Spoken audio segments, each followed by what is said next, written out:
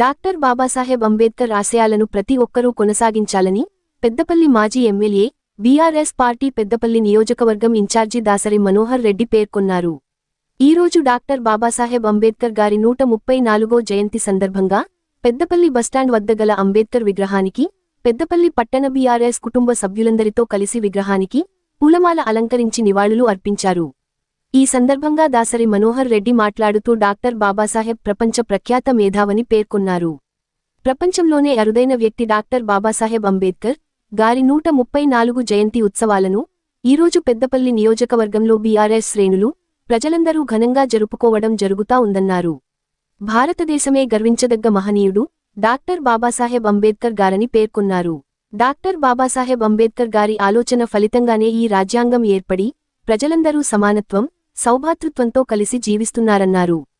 అంత గొప్ప మహానీయుని ఆశయాలను మనం తప్పకుండా కొనసాగించుకోవాలని, ఆయన ఆశయాలకు అనుగుణంగా సమాజంలో ప్రతి వ్యక్తి కృషి చేయాల్సిన అవసరం ఉందని పేర్కొన్నారు.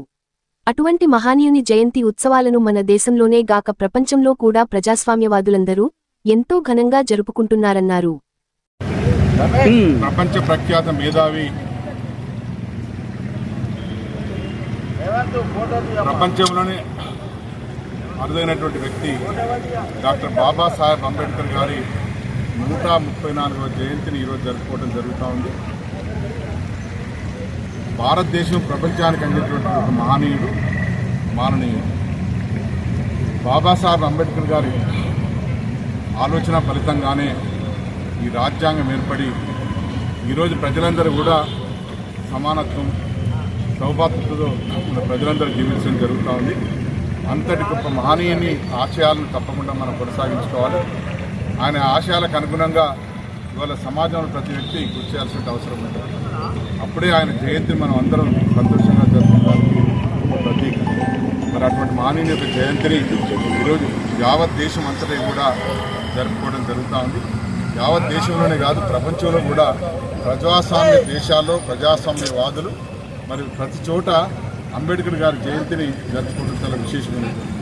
అందుకే ఈరోజు మరొకసారి ఈ అంబేద్కర్ గారి జయంతి సందర్భంగా ప్రజలందరికీ, అంబేద్కర్ వాదులందరికీ, నాయకులందరికీ, పెద్దపల్లి నియోజకవర్గ ప్రజలందరికీ పేరు పేరున శుభాకాంక్షలు తెలియజేస్తూ ఆ మహనీయుని యొక్క ఆశయాలను కొనసాగిద్దామని చెప్పి మనం అందరం మరొకసారి ప్రతిజ్ఞ చేయాల్సిన అవసరం ఉంటుంది. ప్రతిజ్ఞ చేస్తూ మరి మీ అందరికీ మరొకసారి శుభాకాంక్షలు తెలియజేస్తాము. మరిన్ని లేటెస్ట్ అప్డేట్స్ కోసం SN తెలుగు న్యూస్ టీవీ ఛానల్ని సబ్స్క్రైబ్ చేయండి, లైక్ చేయండి, షేర్ చేయండి.